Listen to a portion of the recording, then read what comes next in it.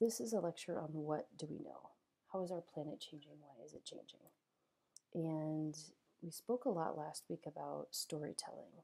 What are stories about our lives to document when we feel alive? How do we tell stories and interact with each other? And so today I get to tell you the story of the Earth. And this might just be a short primer for a lot of you, but I'll start from the beginning of how our Earth's system works and therefore how we really, really do know that it is changing. So this is what we'll do today.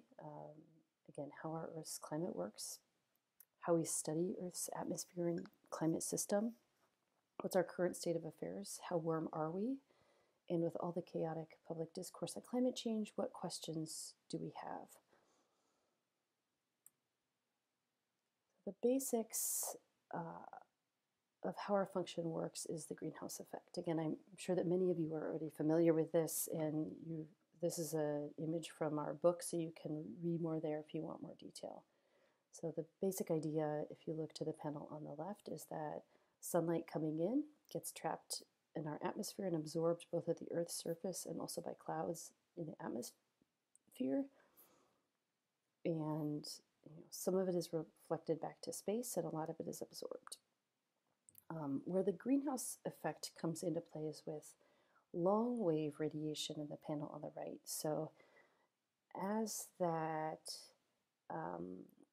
infrared radiation goes out of the atmosphere, a lot of it bounces off of clouds and is reabsorbed. A lot of it is absorbed by greenhouse gases, including water vapor in our atmosphere. And so when we think about understanding the greenhouse effect or how much heat is being trapped, these are the dynamics in play. How much is being radiated, how much is staying in our atmosphere, and these different types of radiation.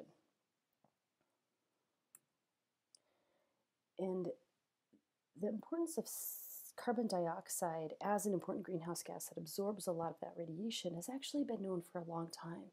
This is something that really vexes climate scientists, is that we've known a lot of these things for a really long time. So this is Svante Arrhenius. He was one of the first scientists that published a major paper titled "The Influence of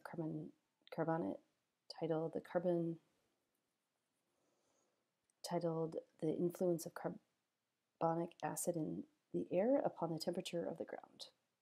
And he actually was also a chemist. He studied the kinetics of chemical reactions a lot. And so this paper is really interesting from that perspective as well, that this is sort of someone who hasn't studied this and he's interested in. You can actually see later in his papers that he had actually started getting more and more into astrophysics and things after this paper. And so it's also kind of an interesting story about someone perhaps being mid-career and changing their interests. And so what he did was he measured moon rays. And so he was able to measure the moon's infrared radiation at different angles, different times of the year, many, many different places on Earth. And so because he's measuring over different thicknesses of the atmosphere from all of these different angles, he could relatively precisely calculate the amount of radiation change based on the exact CO2 levels. And so this is exactly what he did. And in this paper, he even predicted, with increasing industrialization, if we emit this much more CO2, this is approximately how much warming that we'll have. And his basic math is still what we use today, even though, it's definitely been refined and we've learned and learned and learned. But this is still the basics of our understanding. He was correct. More specifically, we've now put together figures like this that show the radiative forcing by a given molecule of CO2. And the forcing is how much heat that molecule of CO2 is absorbing. There are other greenhouse gases that are also important. And so CO2 is what we talk about the most. But one of the reasons for that is because there's so much of it, and it's the major thing that we're emitting.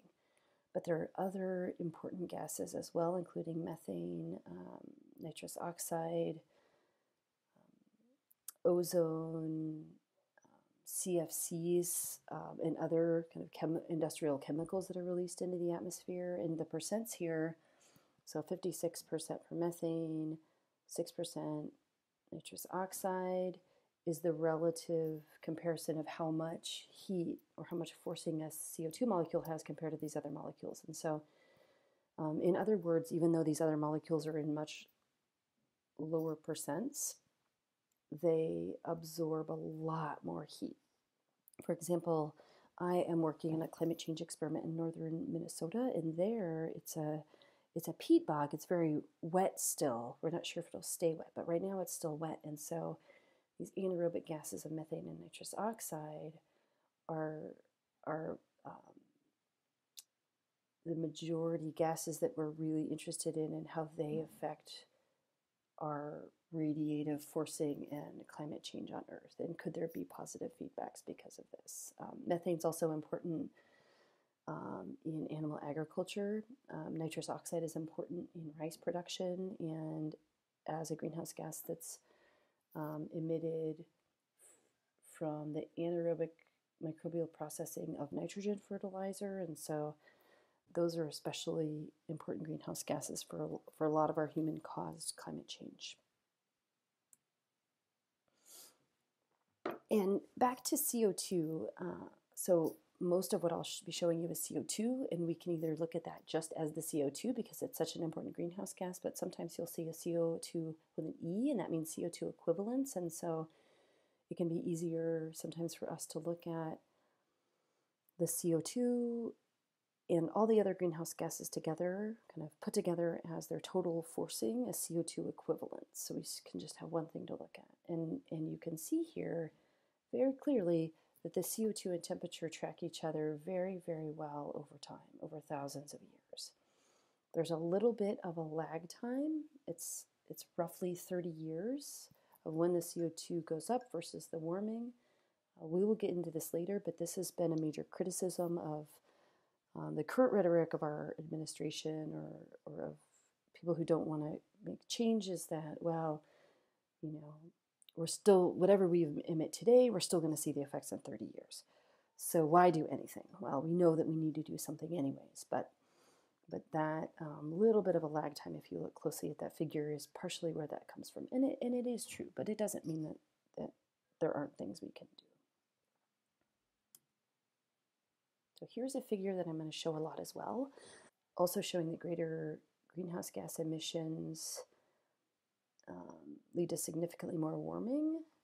Here on the y-axis, you can see annual carbon emissions over time. And an important thing, especially if you start to dig into the reports that I've posted online, is that we have these different scenarios we're testing. So we see up to current day, this is the observed temperature. And then we have these different scenarios. So RCP 2.6 is kind of the most urgent action. We take a lot of action right now. It's very immediate. And we actually can see these significant decreases up through RCP 4.5, 6.0, and 8.5. And 8.5 is the business as usual scenario. And it's been criticized as being extreme, but it really is what we are doing and what we are observing.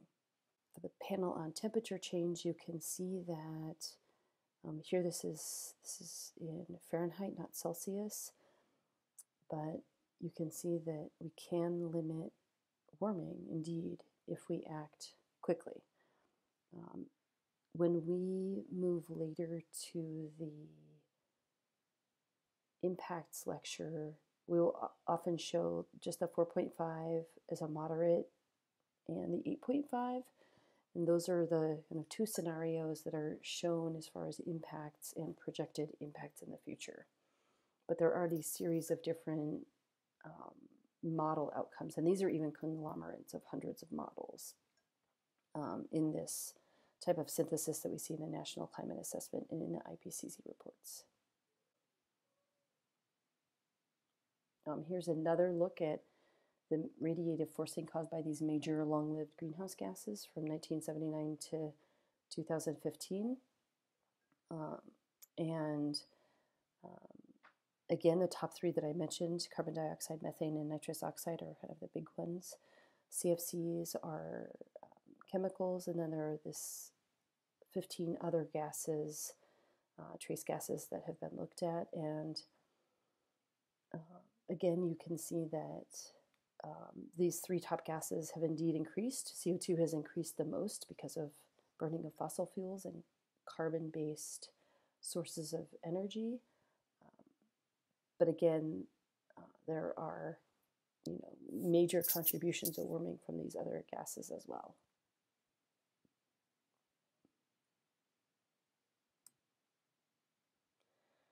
So another factor that comes into play is surface albedo. I'm trying to introduce to you some of this terminology that we use a lot. And so surface albedo is basically the reflectance or the reflective capacity of the land surfaces. So when people talk, for example, about reforestation as a tool, reforestation is a tool in many respects. One is the fact that you have all those trees taking up CO2, you could draw it down more quickly. There's huge capacity because of the history of deforestation. But also, there's this other thing in play where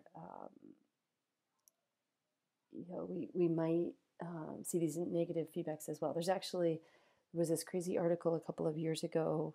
Email me if you want to read this. That a scientist actually said that we should stop reforesting, which we know isn't true, but it was because of the surface albedo, because the dark trees will absorb more warming and cause more climate change. It's crazy rationale and proof that even scientists can kind of do things for shock value or that aren't poorly thought out. But what this figure is showing is that as the glaciers recede and as we see melting, we could see these very strong positive feedbacks because the sun is reflected off all that snow and ice. And so if we don't have all that snow and ice, we'll actually start absorbing more of that long wave radiation that will get trapped in our atmosphere, and we possibly could see really strong positive feedbacks because of this. And so there are all these indirect feedbacks in Earth systems that could amplify or take away from climate change and global warming as well. So another kind of major factor at play are the jet streams. There's a polar jet stream and a subtropical jet stream. And as I'm recording this lecture on a day with negative 25 degrees in Minnesota, this is really the story that's being told. So for now, I'll tell you the way they work, and then when I'll talk about how they're changing when I talk about kind of our current state of climate. So this is the way these typically work. Historically, they're very stable jet streams. They kind of keep the cold air in the north and they keep the warmer air toward the mid-latitudes, closer to the equator. And this is what keeps the climate in many places very, very stable on Earth.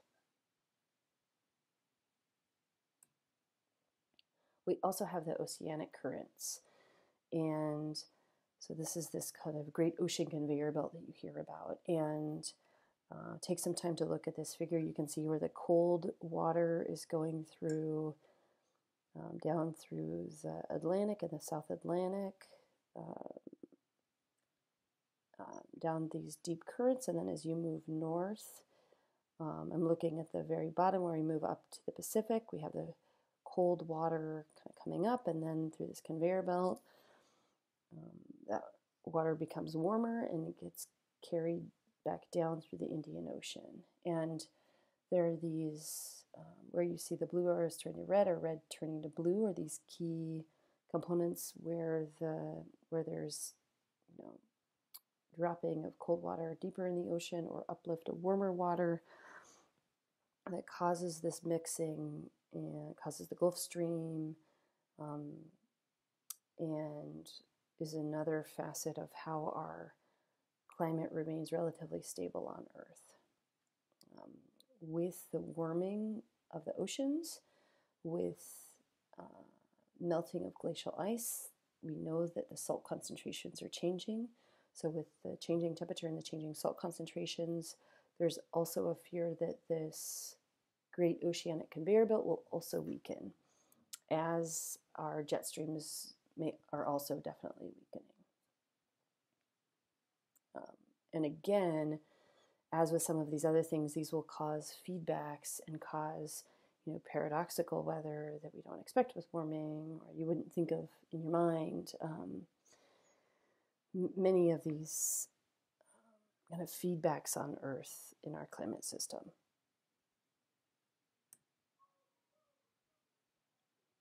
And we also hear about El Nino and La Nina. And there actually isn't necessarily a great explanation of how these happen. Like, we can start to tell, oh, this is going to be an El Nino year or a La Nina year. But actually, we still don't completely know why they're caused. But what happens is, so especially in an El Nino year, we get this warm and wet conditions off of the west coast of South America. We can get warm conditions in other parts of the world as well. And so these create these bumps in our climate system. But these El Nino, La Nina events are another kind of natural fluctuation in Earth's climate that comes into play. And it's another thing that you can often hear, oh, it's just a El Nino year, it's a La Nina year. And so this is also something that climate scientists have studied a lot to understand how these years play into the larger trends that we see.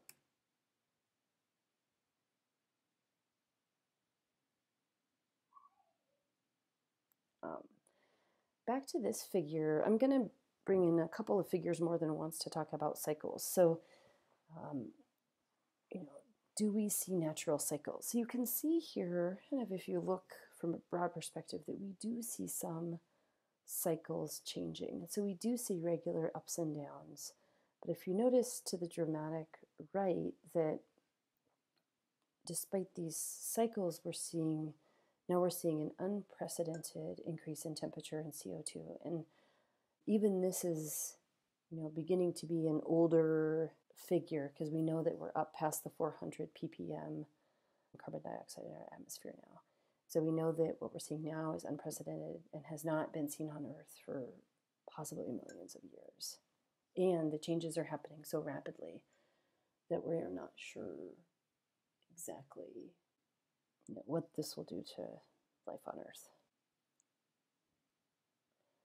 So with that, that's a little bit about how our climate works and some of the things that, some of the facets of our Earth's climate system that come into play when we think about how to interact with people with questions or who might deny climate change. So how do we know what we know? I'm not going to go into a huge amount of detail on this, but I'll give a little bit of information on kind of how we know what we know. And the recent testimony by Tracy Twine goes into a lot more detail about how models work and the power of these models. And so I really think that that's also a great primer for all of us. So how do we know what we know? We have a lot of ways of determining what Earth's climate has been like in the past. This is an image of several images of taking and preserving ice cores. So ice cores have this really nice regular structure, and you can go back into Earth's history for many, many, many years and look at the CO2 that was trapped and determine the CO2 levels and the temperature at that time. So here is a little more detail about this. So ice cores form rings, much as trees do during the seasons of a year. So within each ring is trapped air from the year that it was formed. And so we can go back 800,000 years at some Antarctic sites. The water and dust can also help us understand the temperature, and we can measure the CO2 in the trapped air. So there are many things trapped in these ice cores that are very, very informative to us, and we can use these, and they've have become part of our very, very reliable record.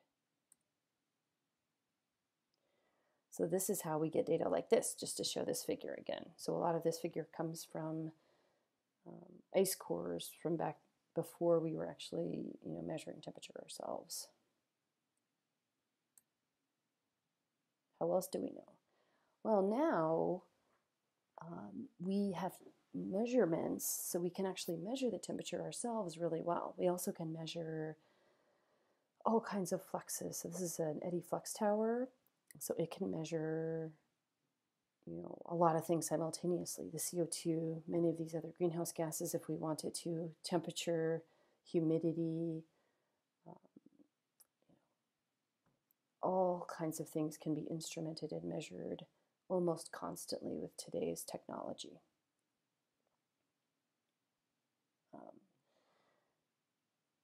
So this is something else that you might see sometimes. So this is a picture of our Earth's history. So you can see from, the late 1800s that we actually did have reliable thermometers measuring temperature. From before that, we have these proxy-based records.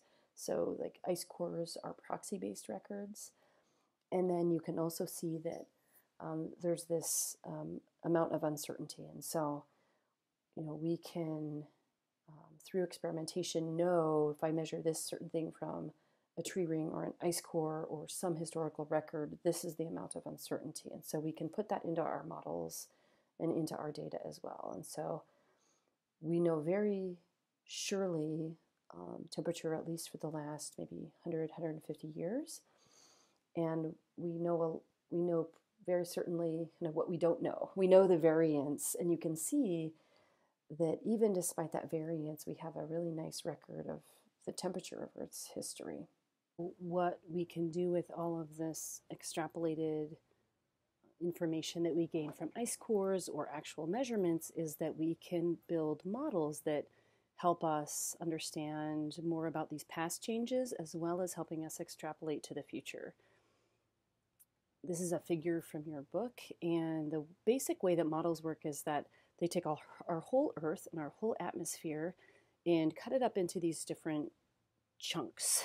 And we can measure the change in each of those chunks or look at the measured changes in those chunks and figure out how to model those and have them interact with each other. Again, one of the viewings associated with today's lecture is the testimony by Dr. Tracy Twine. She's an environmental modeler, an atmospheric modeler, and she goes into a lot nicer detail articulating how these different models work. So I encourage you to refer back to that. And one thing that she talks a lot about is that a challenge with modeling is the size of these chunks. So current models would have a chunk that covers, maybe a fifth of Minnesota and all of the changes within that land area. So imagine trying to understand all of our climate and the resolution of our spaces, the distance between the Twin Cities and Duluth. There's a lot going on in between those two places and a lot of climatic changes naturally. And so the need to have higher spatial resolution with the models to understand how small changes across land surface affect climate and will impact our future climate is kind of the cutting edge of these modeling efforts.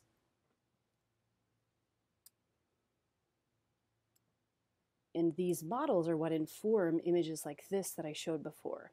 You could see the black line of the observed changes over time that move into these different modeled scenarios that I showed you. This RCP 2.6, 4.5, 6.0, 8.5 are all aggregations of models with these different scenarios. And so, the modeling community, a lot of them actually tell stories about how they didn't set out specifically to study climate change. They study our atmosphere. And so there are hundreds of models that get put into these aggregates and these scenarios. And you can also see in the temperature change where, as with when we were looking into the past, when we look into the future, we know approximately the amount of uncertainty. So for example, the RCP 8.5, you can see the red line, and you can see that pink kind of area around it is our amount of uncertainty around that data. And then you can see this observed line that we have from just before 1900, tracking the actual temperature change. And so this is kind of what models give us, is trying to look into our future. And an important part of modeling as well is that models are validated. So I showed you what our past looks like. And so, as you're validating a model, you can say, okay, I'm going to mimic conditions from this year. And, does that match what actually happened in that year? And so this is a lot of work that the modelers do. They go back and forth when their data isn't validated, when their model isn't validated by actual data. They can go back and tweak this and figure out exactly how to improve these models to make them better and to make them more serviceable to the scientific community and to society. So where are we now? What is the current status of our weather and our climate? I'm going to show some information from 2017 because it was the third warmest year on record, and it was, a huge year for many of the predictions, and also the most recent kind of a state of our climate report came out as part of the law mandating that every 5 years we have a new report both on the state of our climate and the state of the impacts of climate change in the US. So this is something that came out 2017 for the climate, and then around Black Friday, Thanksgiving, came out the impacts part of that at the end of 2018. And so that's one reason I'll show 2017 data, and also it was the third warmest year on record. I'll also show some data from 2018 as that's shaping up, and a little bit of the trends of our Minnesota climate. So these are the trends in recent history from this report that came out in 2017. So in black are the observed changes. Then we also have these other observations from different observational sites around the globe. And finally, this CMIP5 with all the forcing. So this shows the trends and modeled forcings as well. So if we put the El Nino La Nina events into this, you can see in blue are the La Nina years that are a little bit cooler. Red are the El Nino years that are a little bit warmer. And then the neutral years and volcanic years, so years that there's a lot of volcanic activity, can also play a role. And you can see that any way you look at it, our temperature is increasing.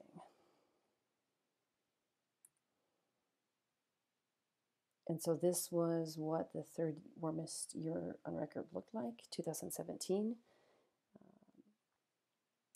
Almost every part of the globe had record years. You can see that there's some spots of cooling, so there's still anomalies that we're unsure about, but by and large, it's so extremely clear that temperature is changing on Earth, and there are thousands of ways that we can measure the impacts of this change that are happening around all of us right now. So these were the percentiles. You can also see that different parts of the US are responding slightly differently. So actually 2017, I'll show you 2018, we're above average, but not horribly above average in Minnesota, despite the fact that if you look at a broader scale, Minnesota and the upper Midwest are some of the most quickly warming parts of the US. And this is precipitation. You can see that we are,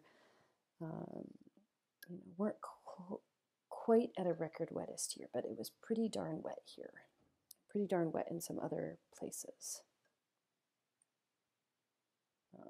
These temperature changes were mirrored in kind of very significant anomalies and events for 2017. And so one of the big climate predictions is not just that things will be warmer or wetter or drier, but that we will have more extreme events. So, for example, here in Minnesota right now,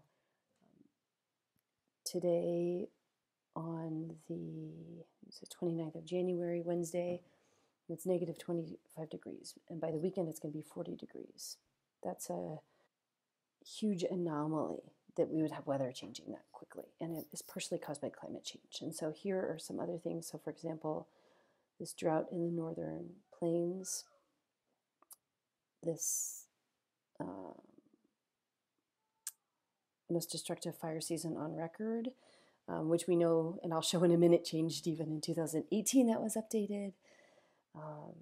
Increasing temperatures in Alaska. We had this series of very severe hurricanes, such as Hurricane Maria, Hurricane Irma, Hurricane Harvey, that have been so extremely destructive in the U.S. So these are some of the anomalies and major events that happen in a year like this.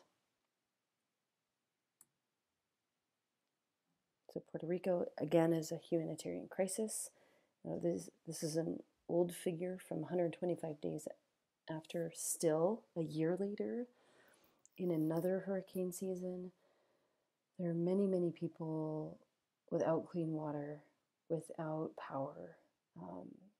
The destruction on communities and the societal unrest by droughts or severe events is why climate change is a major national security threat. It's a national threat to the stable governments and stable societies on Earth.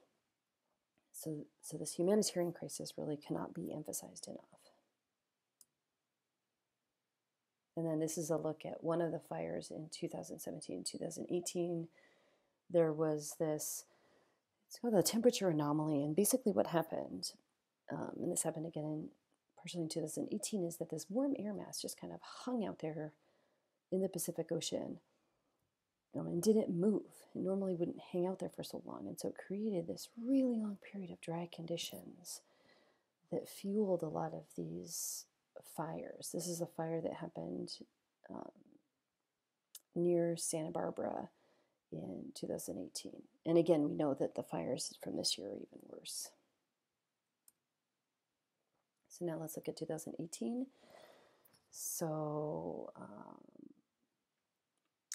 we still had, in much of the U.S., either record warm years. So this is even a year later after all those records in 2017. Another year, we already have some record warm years or years much above average. You could see that there's fluctuation. So in Minnesota and some parts of the Midwest, it was below average or near average. So, you do have to look at these things over time, and there is indeed fluctuation. Then again, if we looked at the total percentiles of precipitation again, 1 year later, there are also records happening where there were records before.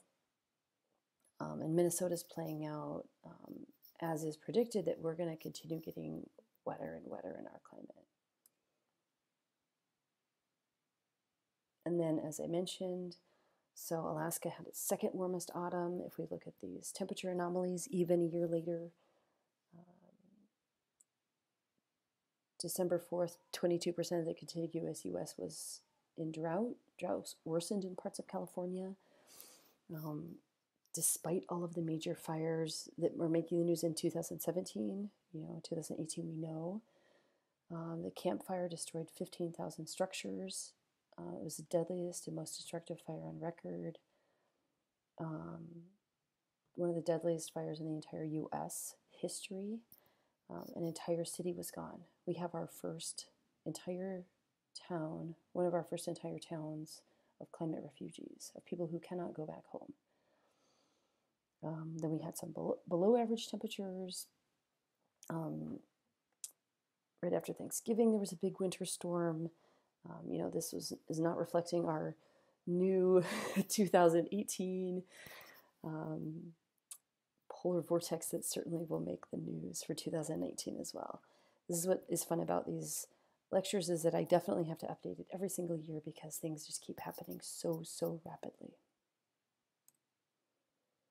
And then I'll show you a couple of images specifically from Minnesota. I've mentioned this a couple of times, but again, a lot of this is in this recent testimony by Tracy Twine and Peter Reich.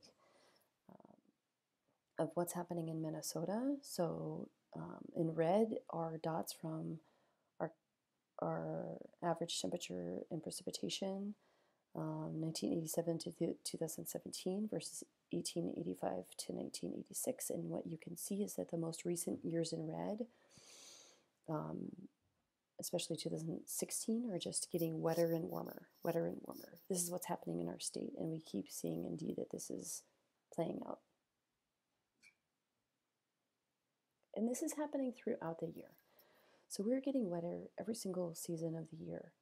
And our warming seems to be mostly happening in the winter.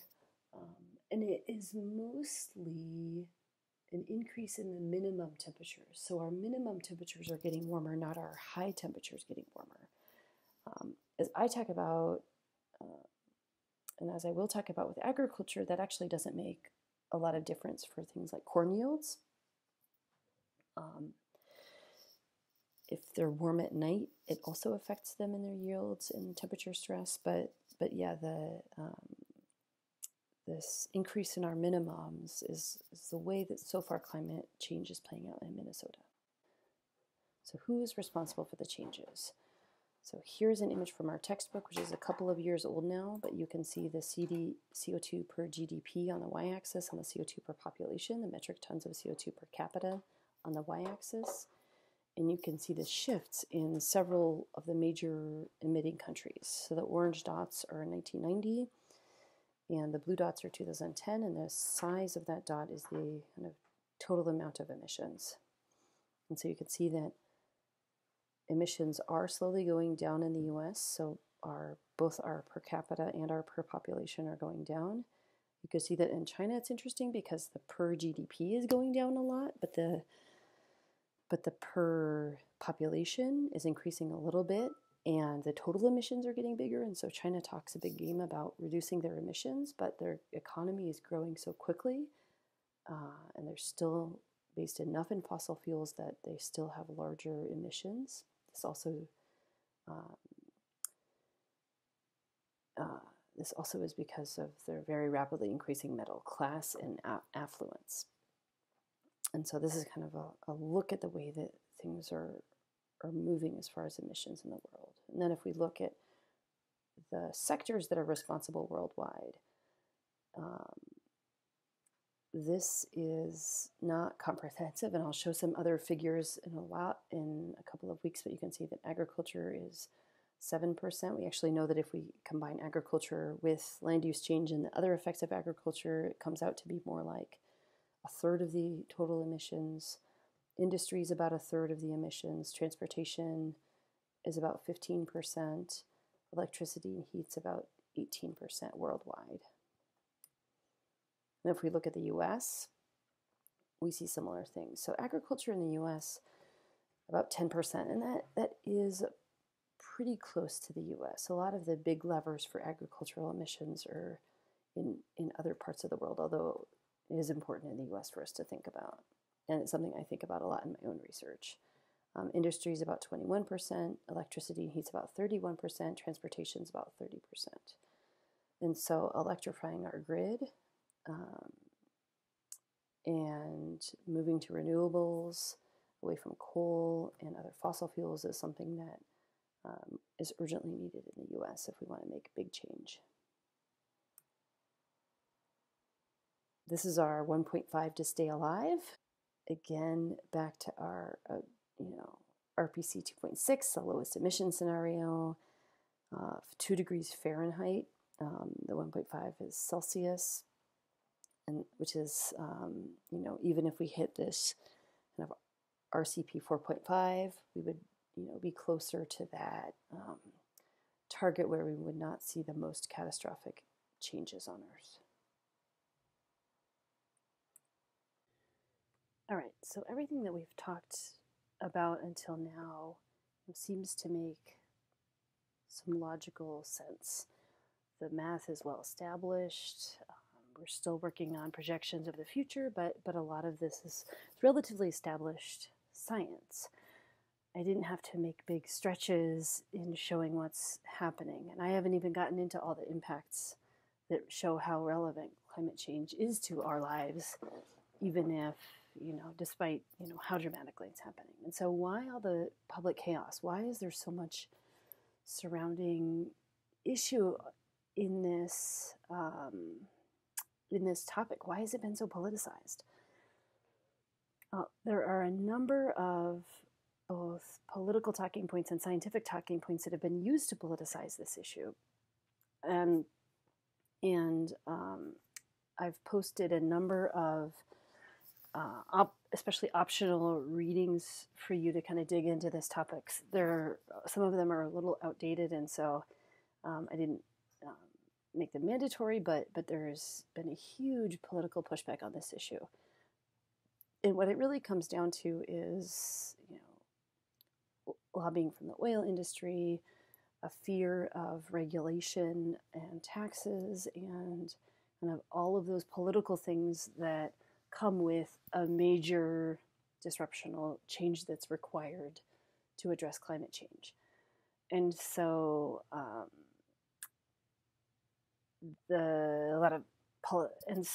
politicians have employed a number of strategies that have been used even since the tobacco industry to kind of undermine the science.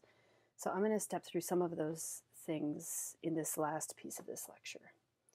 So first, the political talking points. The scientific community doesn't agree with the science. Addressing climate change will ruin our economy. Addressing climate change will kill jobs and freedom. And the problems will outweigh the benefits. So to address the first point, that there's no scientific agreement, this is a funny thing from Last Week Tonight with John Oliver from a couple of years ago even now, and there's been, a number of scientific papers published really demonstrating that this idea that there's no scientific agreement is kind of silly. So, you'll often see two pundits, one that agrees with climate change and one that doesn't. But if you actually were to look, and this is what he did on the show, at the number of people who disagree versus the number of people who agree, it's definitely not the one-to-one that has been portrayed. There's large agreement on these issues. And almost everyone who disagrees, has been proven to either have a lobbying interest or financial interest in their science or some other kind of major caveat that calls their reputation into question. So this is the scientific agreement piece. The other pieces on the economy, on jobs, on regulation, those have all really been addressed a lot as well. I'm not going to talk about them as much today, but these are specific things that we can talk about in a couple of weeks when J. Drake Hamilton comes to visit us in class, because these are things that she really focuses on. So now to some of the scientific points, and I will go over several of these today. So CO2 is a fertilizer for plants. It was cold today. Our climate has always changed. It stopped warming in 1998. A new one is that scientists only use the most extreme scenarios. And another new one is that there's a lag. It's too late, so why should we do anything? So I'll step through a few of these and show you the science behind them and why they are not correct. So CO2 is a fertilizer. Yes, technically this is true. So this is from the most recent State of the Carbon Cycle assessment. And the red arrows are emissions of CO2, and the black arrows coming in are sinks for CO2. And you can see that there is this positive sink for CO2. I believe this is in gigatons of carbon. I will check the units on this in our discussion thread. And so, yes, there has been some global trend that as CO2 increases, there's some fertilization effect, some uptake additionally, especially to forests. Actually, this is a really interesting positive point, because reforestation of deforested lands could be a major tool that we can use. Is it a reason that we don't have to worry about climate change? Absolutely not. this fertilization effect, at least to date, pales in comparison to the emissions. If you even just look at the numbers on this figure, we could use this to our benefit if we make major reforestation efforts around the world, and this is a viable path toward reducing the CO2 level in the atmosphere, but we would have to undergo a major, major effort. And it's part of many, many other things that we need to do to mitigate climate change effectively. But again, it's definitely not a reason to not worry. So, it was cold today. This is, at base, this is just a confusion between climate and weather, right? So climate scientists often say that, climate is if climate is your wardrobe, weather is what you wore today. So, winter is not going to go away in a warmer climate. That's a really basic, fundamental fact. But things like the polar vortex we're experiencing right now really are made worse or different by climate change, even though they are also naturally occurring phenomena. And so, to reiterate that we have this kind of historical stable vortex or stable jet stream, and with warming, we have more warm air being pushed up, colder air being pushed down, and so this the likeliness of this becoming kind of wobbly or less stable, where we have these big cold spells followed by big warm spells, literally what's happening to us this week, are indeed made worse by climate change. To look at this another way, so this is more about the science behind this. So we have this stable polar vortex, the cold air is contained, and then when we have this destabilization, again, this can naturally occur to an extent, but we are learning that climate change makes this worse or exacerbates this wavy, weak jet stream. We have warm air being pushed up and cold air being pushed down. So this is exactly, as this waves and moves, this is exactly how we're having this unprecedented cold followed by potential above freezing temperatures this weekend, a shift within a day or two of, I think, up to 60 degrees are the predictions, and so this definitely is very unprecedented. So the next argument is our climate has always changed. Yes, our climate has always changed, but what we're seeing now is so unprecedented, so fast, so different that this also is just not an argument that holds any water. And so you can see this figure again, where even if we look at the uncertainty that I was talking about before, it still is lower than our thermometer-based records that do not have uncertainty that are occurring right now. This rapid, rapid increase we have not experienced for many, many thousands of years, up to 1 million years. There are some actual fluctuations in natural cycles in Earth's temperature, so I'll show you just a couple of those. One are called Milankovitch cycles, so it is true that our Earth's axis tilts and moves, and that changes exactly how close we are to the sun and how we orbit the sun, and it causes some fluctuation in temperatures. So what this looks like, again, if you go back like 250,000 years ago, 500,000 years ago, you can see these Milankovitch cycles, and those are caused by these shifts on Earth's axis, as well as a picture of the rest of Earth's history, millions and millions of years ago, where indeed we had temperatures even like today, but it was so long ago, and it was very different than the rapid increase you see today. This is a bit of an outdated figure, but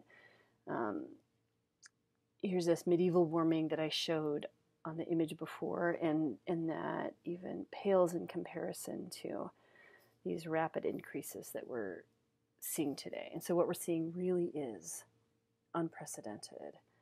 It really is just a huge change that needs to be taken seriously. So another naturally occurring change is with the sun's energy reaching the top of the atmosphere. And so these Milankovitch cycles are bigger fluctuations of that, but also over time we see this bit of change in Earth's sun energy. And again, you can see that, you know, this change in global surface temperatures does not match this fluctuation or surface energy at all. And so we know that any of these natural fluctuations are not causing this. And this is even before we start to, before we map CO2 and forcing and all of these other physical aspects of our climate that we know exist, that we know that more CO2 will cause more change.